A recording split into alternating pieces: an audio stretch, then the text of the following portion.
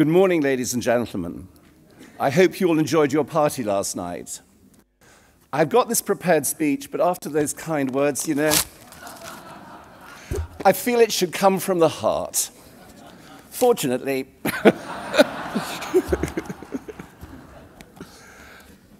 a man visiting a farm met the local shepherd.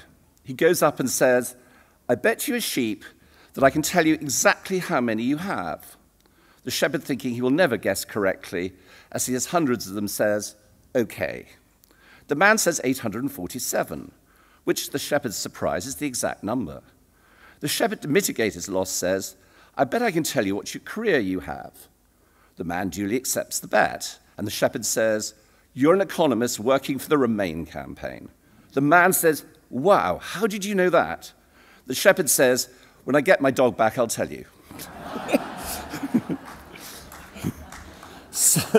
Seldom in any referendum has so much nonsense been talked by so many people.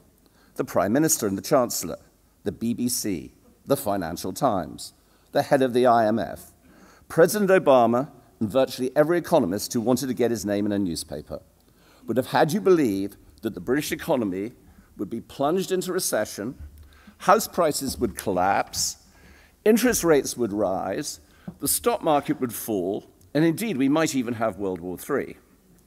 Pensions would also be cut, along with an emergency budget, to tax just about everyone. The National Health Service would collapse.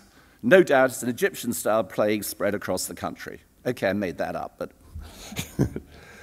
Business confidence. So what's the reality? Business confidence had a poor run in July.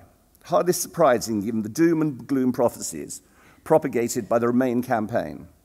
But manufacturing activity rose in August by more than any time in the last 25 years. The Procurement and Supply Index soared in August to 52.9 versus 47.4 in July, indicating strong prospects for economic growth. Even the Evening Standard, another Remain doom and gloom merchant, had to admit in a headline, UK set to duck Brexit recession as services soar. Things weren't so bad. The IMF has expressed surprise that its forecast for recession was so wrong. But of course, we all need to remember that the IMF was recently criticized by its own governing body for its lack of impartiality to the European project. I doubt anyone in this room wishes Mrs. Lagarde, the head of the IMF, any luck with her trial in France for negligence over a fraudulent payout of EU 405 million to a Paris businessman. Average house prices rose by 8.3% in the 12 months to end July, an increase of 0.4% for the month. Industry experts expect further growth throughout the balance of the year. The stock market, not just the major international companies, but British-based businesses too, have hit new records, and of course interest rates have fallen. Employment rose in the last 3 months to July, up 174,000 to an all-time record of 31.77 million. Job vacancies in August rose by 3,000 to 752,000. Employers remain ready to hire. As for World War III, well, Europe is being invaded by economic migrants, which thanks to Brexit, will be better served to protect our borders. How could Cameron and Osborne get it all so wrong? No doubt they're finding solace from the UKIP tie Nigel sent as a retirement present.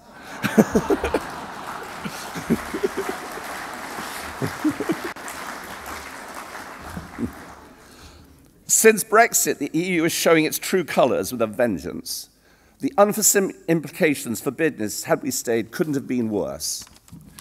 The EU is trying to charge Apple a staggering 17 to 18 billion, including interest, as they feel Ireland has not charged the proper rate of corporation tax.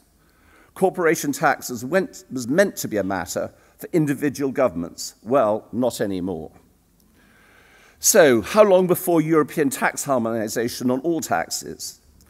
Corporation tax in the major EU countries is approximately 33%. In the UK, it's 18% and falling.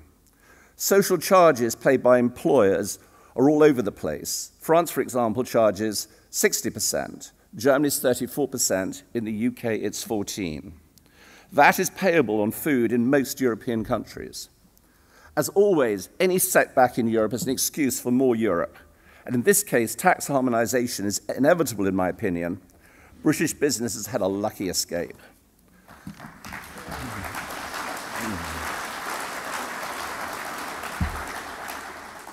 But that's not the only lucky escape. The European economies are trapped in a deflationary spiral with no economic growth. Unemployment is twice that of the United Kingdom. Youth unemployment in southern Europe is over 40%. This despite the European Central Bank printing trillions of euros. The Italian banking system is in crisis.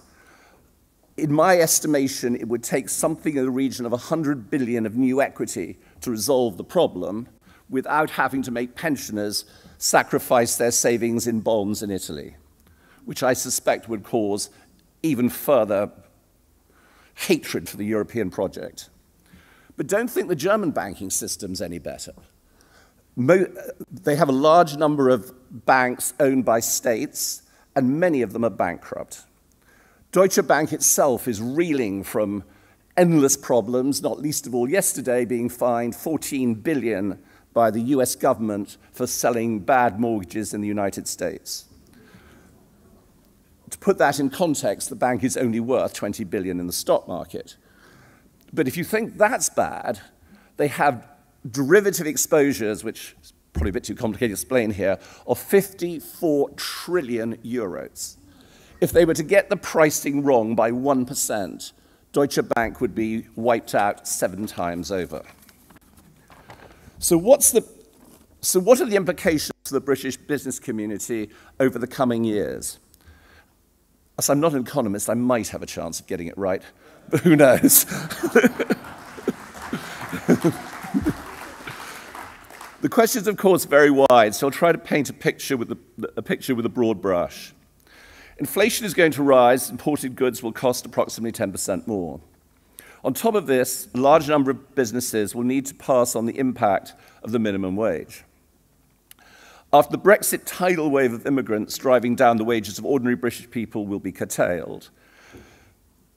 A Cameron legacy, which he won't be talking about, is under the coalition. The average wage in the United Kingdom fell from £28,000 per annum to £23,000. What a total disgrace for hard-working British people.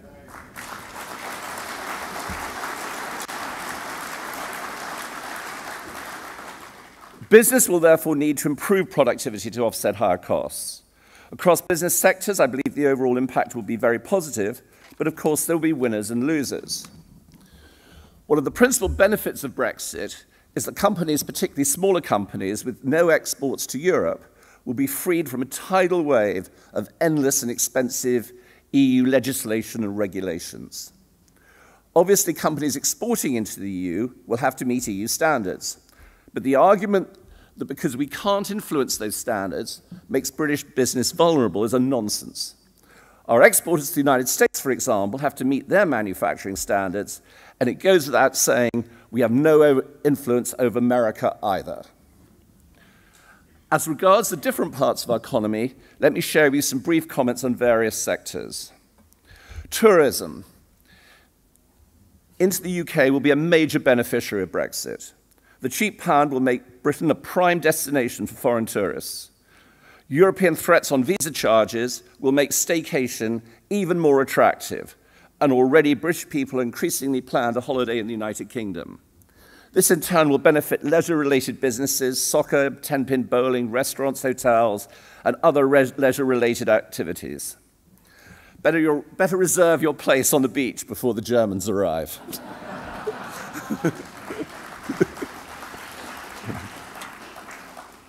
House building outside London, which is something of a special case, will continue to prosper.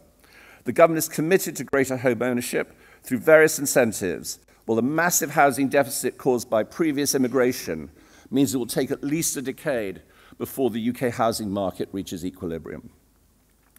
Exports of both services and manufactured products will obviously need to meet EU manufacturing standards, but with a 10% decline in sterling, Their products are increasingly competitive against our European competitors.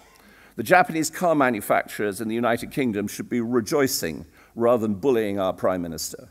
Their competitive position and profitability has improved dramatically as a result of Brexit, but of course, these are the same companies who demanded we join the euro. As we all know, that would have been a disaster for our nation. Enter our former Prime Minister, Tony Blair. God help us. Who would have joined the euro and demands another referendum, as he doesn't seem to believe in the democratic rights of the British people. Wrong then, wrong now.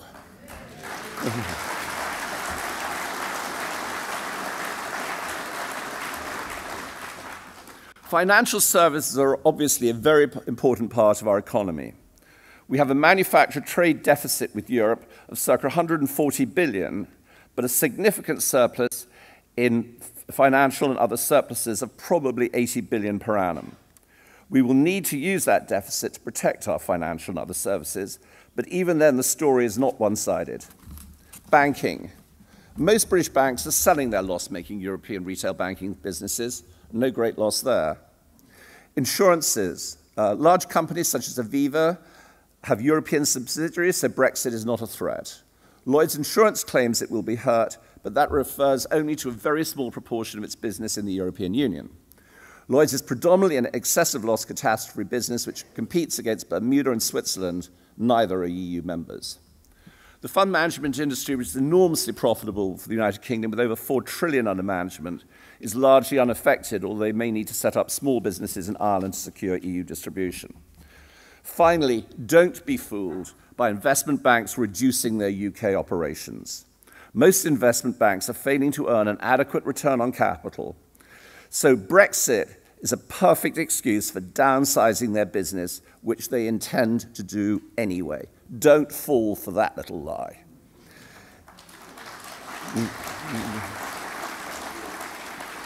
In any event, the UK is signing up to MiFID II, which will give passporting rights to all UK financial institutions into the EU. Industries that will be hurt include retailers, supermarkets, which find it hard to pass on higher import costs in a highly competitive market. Energy costs are also likely to rise over the medium term unless the government gets on with fracking for oil and gas. In fact, the biggest impact on British business was, surprise, surprise, self-imposed by Mr. Carney. His hasty decision to reduce interest rates by 0.25% has had a very negative impact on companies with large pension deficits. Banks and insurance companies' profits will be impacted as interest margins decline and investment returns are curtailed. Needless to say, that will also hit a lot of retired working people who have their savings earning absolutely nothing. How disgraceful is that?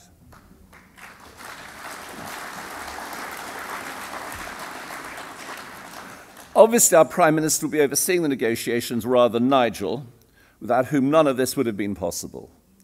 We can only hope she has the strength to deliver on her promises and the wishes of the majority of the British people and overrule the political elite who want to undermine the Brexit process at every turn. In conclusion, the British economy is open for business. We can now negotiate deals for the benefit of the UK with America, China, India, and a host of countries where the EU has singly failed. British business can look forward to the future with confidence. Thank you for taking the time to listen to me.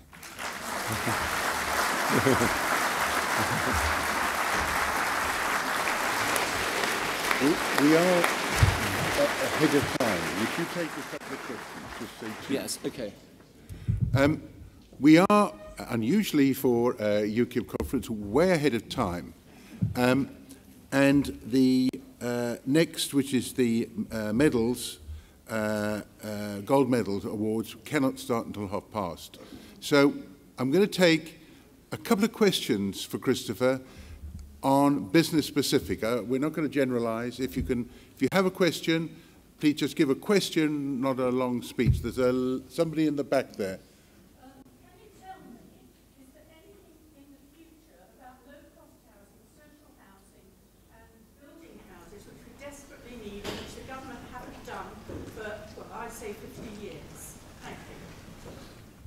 Well, the government aren't going to be doing that. They talk about it, but they aren't going to be doing that.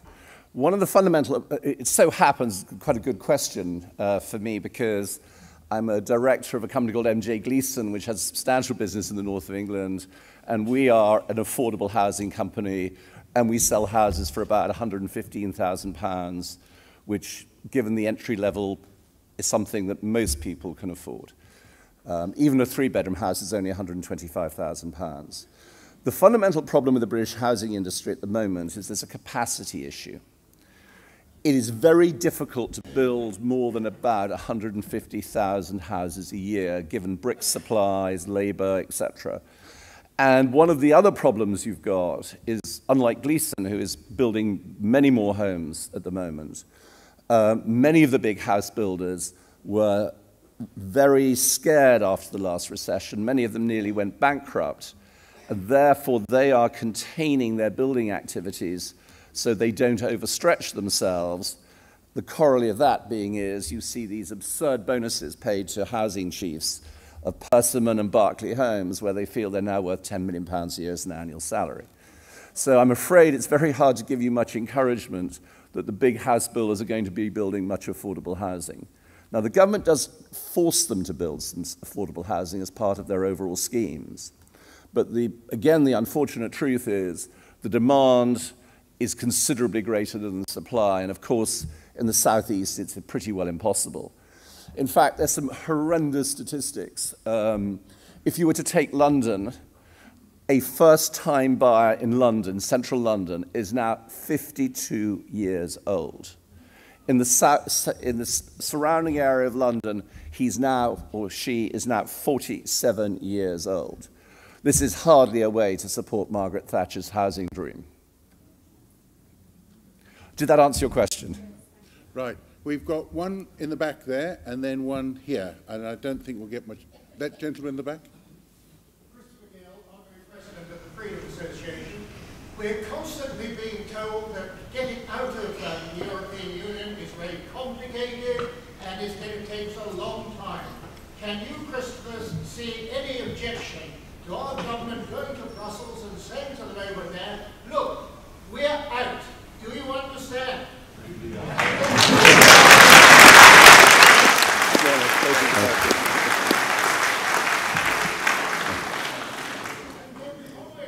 By saying we are prepared to continue trading with you on the same basis that we're trading now. Is that what you want or not?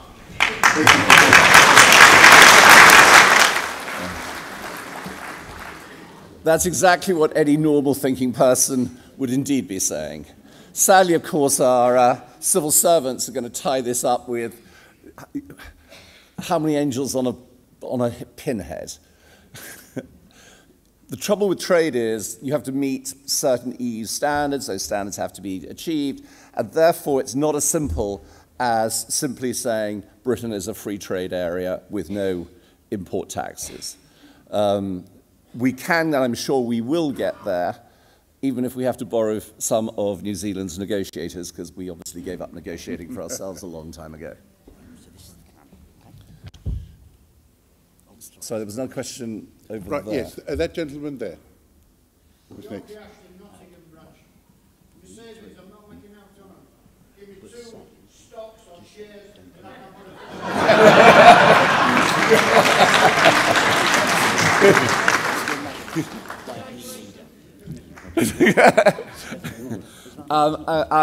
Fortunately, the Financial Conduct Authority doesn't allow me to do that. Otherwise, I'd probably be in an awful lot of trouble in my next visit to you next year.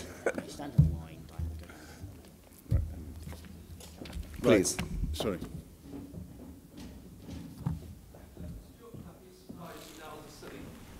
Lots of very interesting information you gave out there. Too much to take in at once. Is that all your speech going to be put on the webline for us to see? I'm sure we could do that. I'm sure, yes. Especially. The Deutsche Bank information. Yes, the trouble with that was I just happened to know that in my head. So all you'll see is it just says Deutsche Bank and Italian banking system. Well, if we can get some of it added in, I'm sure we can do. Yes. Thank you. Or obviously, I think you'll find this speech is being put on YouTube, hasn't it? So well, you could get it from there. Right. There was somebody in the middle here that was waving. This will have to be the last one.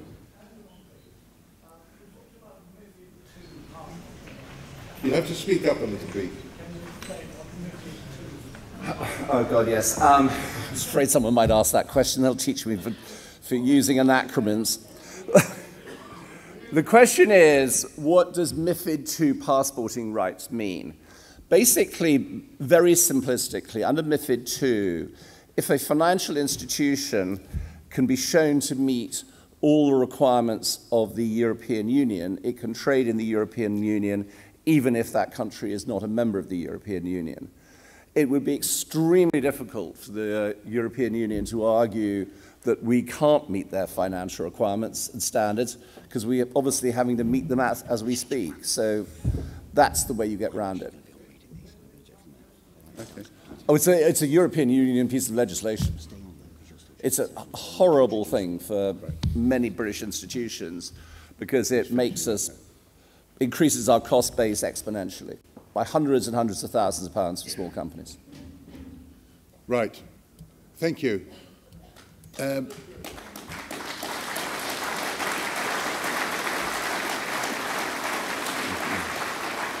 Christopher, thank you. We've got to get on to our next part.